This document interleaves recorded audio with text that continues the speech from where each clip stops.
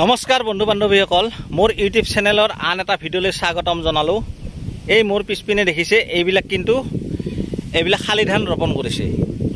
মই আপোনালোকক আগৰ ভিডিঅ'ত কেইবাবাৰো মই কৈছোঁ, আমাৰ এই অঞ্চলৰ এই যিবিলাক মাটি আপোনালোকে দেখা পাইছে, এইবিলাক চাওক, এই মাটিবিলাক যে দেখা পাইছে, এই মাটিবিলাক বহি নাথাকে। মানে বছৰত 3-4টা খেতি এই মাটিবিলাকত খেতি কৰে।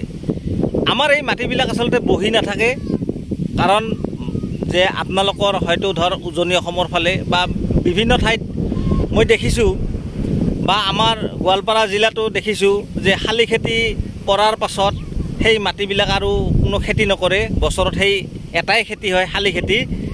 কিন্তু আমাৰ এই মাটিবিলাক সম্পূৰ্ণ বেলেগ। আমাৰ এই মাটিবিলাক বহি নাথাকে। এই মোৰ পিছপিনে দেখিছে এই মাটিবিলাক যে শালি খেতি কৰিছে, ইয়াত কিন্তু হাইব্ৰিড বড়ো ধান ৰোপণ কৰা হৈছিলে।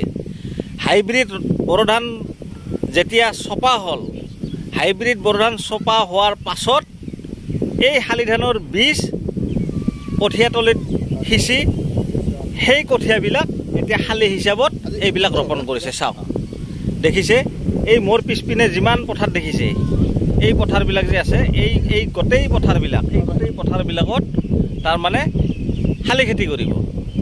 হাইব্ৰিড বড়ো ধানৰ খেতিও কৰে আৰু এই শালি ছিজনৰ সময়ত এই শালি খেতিও কৰে এই পথাৰখনত। ঠিক যেতিয়া আঘোণ মাহত যেতিয়া শালি ধান চপোৱা শেষ হ'ব, তাৰ পাছত ইয়াত বিভিন্ন ধৰণৰ খেতি কৰা হয়। কি খেতি কৰা হয়? কিছুমানে কবিৰ খেতি কৰে, কিছুমানে বিলাহীৰ খেতি কৰে, কিছুমানে গোটা আলুৰ খেতিও কৰে। মানে মুঠৰ ওপৰত আমাৰ এই মাটিবোৰ জিৰণি নাপায়, এটাৰ পাছত এটা খেতি আমাৰ কৃষকসকলে কৰিয়ে থাকে। গতিকে মই এইকাৰণে দেখুৱালোঁ, কাৰণ এটা খেতিৰ ওপৰত নিৰ্ভৰ কৰি থাকিলে সিমান এটা লাভৱান হ'ব নোৱাৰি। সেইকাৰণে এটা খেতিৰ পাছত আন এটা খেতি, এটা খেতিৰ পাছত আন এটা খেতি, এনেকুৱা ধৰণে যদি খেতিবিলাক কৰিব পৰা যায়, তেতিয়াহ'লে অলপ লাভৰ মানে মুখ দেখা পায়।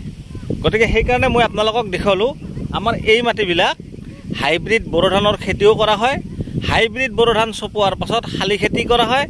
শালি খেতি চপোৱাৰ পাছত ইয়াত শীতকালীন খেতিবিলাক কৰে, কবি, বিলাহী, এইবিলাক বিভিন্ন ধৰণৰ খেতি এই মাটিবিলাকত কৰে। গতিকে বন্ধুসকল, মই এইখিনি আপোনালোকক দেখুৱালোঁ। ধন্যবাদ।